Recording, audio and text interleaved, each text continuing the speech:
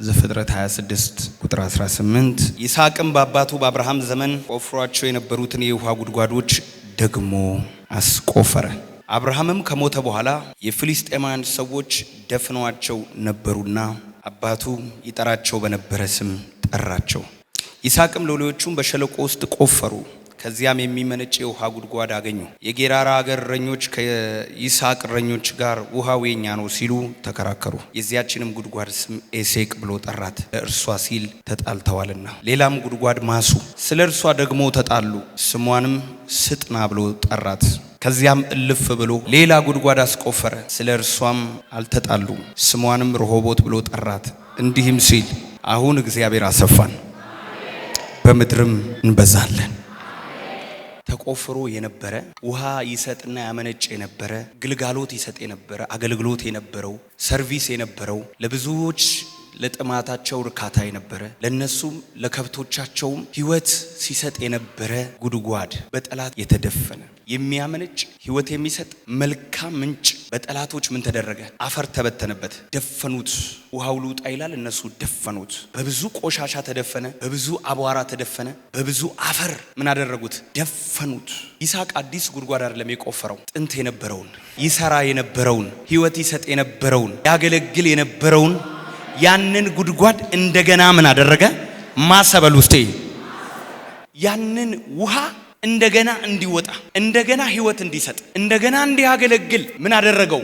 ማሰው። አፈሩን ከላዩ ላይ አነሳለት፣ ጭቃውን ከላዩ ላይ አነሳለት፣ ሸክም የሆነበትን ነገር ከላዩ ላይ አነሳበት። ውሃው እንዲወጣ ማሰው፣ ቆፈረው። በሕይወታችሁ የነበረ ውሃ፣ በሕይወታችሁ የነበረ ሕይወት፣ በሕይወታችሁ የነበረ በረከት፣ በሕይወታችሁ የነበረ ሞገስ፣ በሕይወታችሁ የነበረ ጣዕም፣ በሕይወታችሁ የነበረ ብዙ ደስ የሚሉ ነገሮች ግን በሰዎች የተደፈነ በጠላት የተደፈነ አፈር የተደፋባችሁ ጭቃ የተቀባችሁ ታገለግሉ የነበረ እንዳታገለግሉ የተደረጋችሁ የተቀበራችሁ ዝግ እንዲሆንባችሁ ነገር የተደረገባችሁ አባቴ እግዚአብሔር ዛሬ እንደገና እንድታመነጭ እንደገና ሕይወት እንድትሰጥ እንደገና በረከት ካንተ እንዲወጣ እንደገና ሕይወት ካንተ እንዲገለጥ ጉድጓዱን ከፍቷለሁ አለ።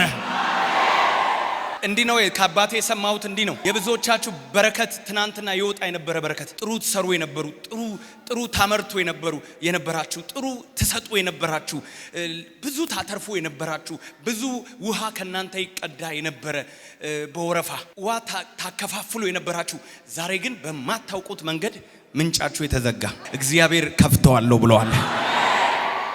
ዛሬ ይሄ መልእክት ይዞ ከዚህ ቤት የሚወጣ ሰው አለ። ጥንት የነበረ ትናንት የነበረ አምና የነበረ ካቻምና የነበረ ዘንድሮ የሌለ ዘንድሮ ያጣችሁት ዘንድሮ የጎደለ ዘንድሮ የተደፈነ ዘንድሮ አይሆንም የተባለ እግዚአብሔር ከፍተዋለሁ ብሎኛል። ስማኝ፣ እንደ አምና እንደ ካቻምና አይደለም።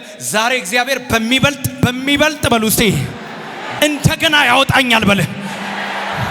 በሚበልጥ ቅባት፣ በሚበልጥ ውሃ፣ በሚበልጥ ሕይወት፣ በሚበልጥ በረከት፣ በሚበልጥ ጸጋ፣ በሚበልጥ ብልጽግና፣ በሚበልጥ እንደገና ይከፈታል ይለኛል።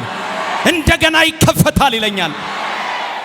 የመጀመሪያውን ጉድጓድ ሲቆፍሩ የጌራራ ሰዎች መጥተው ስለ ጉድጓዱ ተከራከሩ። ባይዘዌ ተከራካሪ ያለባችሁ ሰዎች በረከት አለባችሁ ማለት ነው። ተከራካሪ ያለባችሁ ሰዎች ምቀኛ ያለባችሁ ሰዎች you are not ordinary ተራ ሰዎች አይደላችሁም። ሙላፋና ሱፕራራቲፋና ማካ ባንቹ ጉድጓድ ባንቹ ውሃ ባንቹ በረከት የኔ ነው ማለት አለ። የሚከራከሩት እኮ እሷ የሰው ወስዳ ቢሆን እኮ እሺ it's okay። በራሳችሁ ነገር ክርክር የበዛባችሁ በራሳችሁ ጉድጓድ በራሳችሁ ምንጭ በራሳችሁ እጅ በራሳችሁ አይምሮ በራሳችሁ በሆነ ነገር ጠላት የበዛባችሁ የሰው ወስዳችሁ የሰው ቀምታችሁ የሰው ነጥቃችሁ ቢሆን እኮ it's okay። ቢከራከሩ ምንም አይደለም አይደለም። ክርክር በማያስነሳ ነገር ክርክር የበዛባችሁ ክርክር ማያስነሳ እኮ ያንተ የሆነውን ነገር ያንቺ የሆነውን ነገር ክርክር በሌለው መንገድ ክርክር ያላችሁ ሰዎች አላችሁ። ከመሬት ተነስተው ክርክር ያለባችሁ ሰዎች የማይመስል ክርክር ያለባችሁ ሚዛን የማይደፋ ክርክር አለ አይደለም። አንዳንድ ጊዜ በቃ በሬ ወለደ አይነት ነገር እንደሱ አይነት ክርክር ያለባችሁ ሰዎች ነገር አለባችሁ። እግዚአብሔር በእናንተ ላይ ዓላማ ስላለው ነው።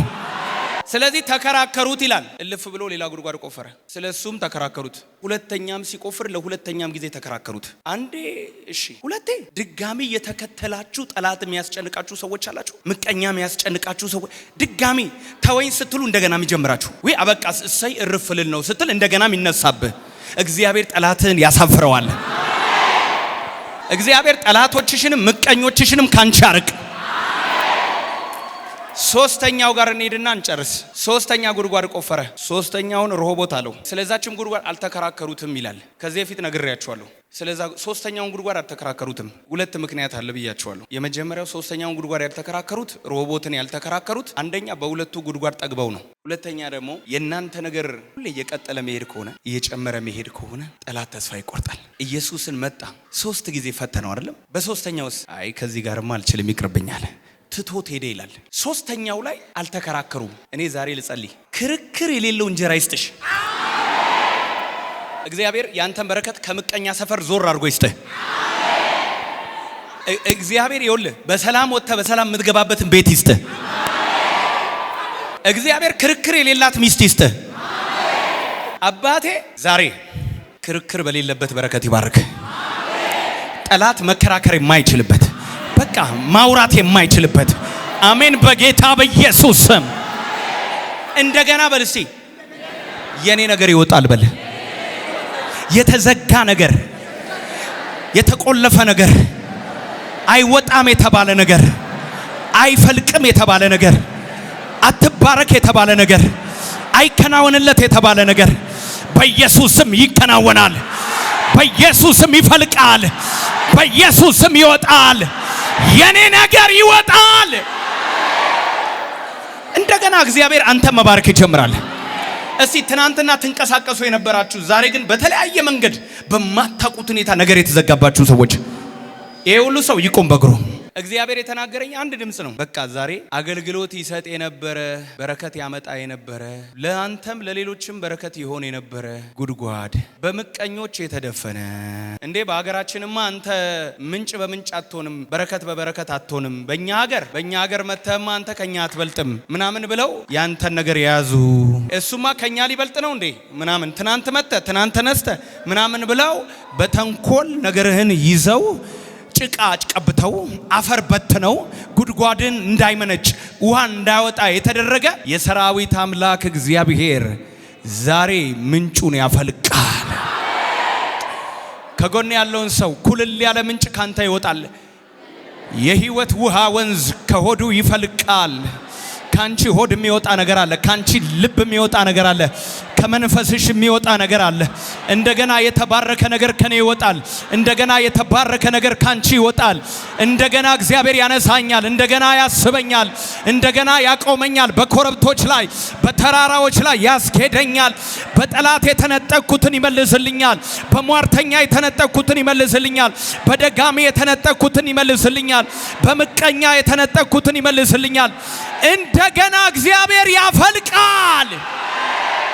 የብዙ ሰዎች ቢዝነስ እንደገና ሲነሳ ያለው የብዙ ሰዎች በቀን 100,000 የሚያገኙ የነበሩ በቀን 500,000 የሚያገኙ በቀን ሚሊዮን የሚያገኙ የነበሩ እጃቸው የደረቀ እጃቸው የተመታ ዛሬ እግዚአብሔር በእጥፍ ይመጣል። በቀን ብዙ ገንዘብ የሚያገኙ የነበሩ በቀን ብዙ የሚቆጥሩ የነበሩ ዛሬ ግን እጃቸው የተመታባቸው እግዚአብሔር እንደገና አለ ምንጭን አፈልቃለሁ አለ።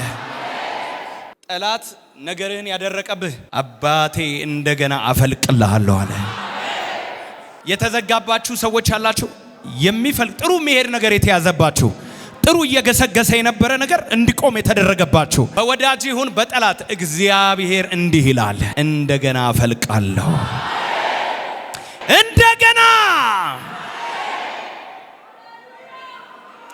እንደገና መጎብኘት ይሆንልሃል በለው። ከጎን ያለውን ሰው እንደገና መጎብኘት ይሆንልሃል። እንደ ድሮ ምንጭ ይፈልቃል። ፍልቅልቅልቅልቅልቅልቅልቅልቅልቅልቅልቅልቅልቅልቅ ይጥለቀለቃል። ነገር ይጥለቀለቃል። ቅባት እንደገና መውጣት ይጀምራል። ቬላቫናማሴ ፕሬዴዴ ቬጄኔሜ ክራላባዶናማስ እንደ ተዘጋ አይቀርም የሚል አሜን። እንደ ተያዘ አይቀርም የሚል አሜን። እግዚአብሔር ምስክሬ ነው። ዛሬ በረከትን የያዘውን ጠላት እጁን ይመታዋል።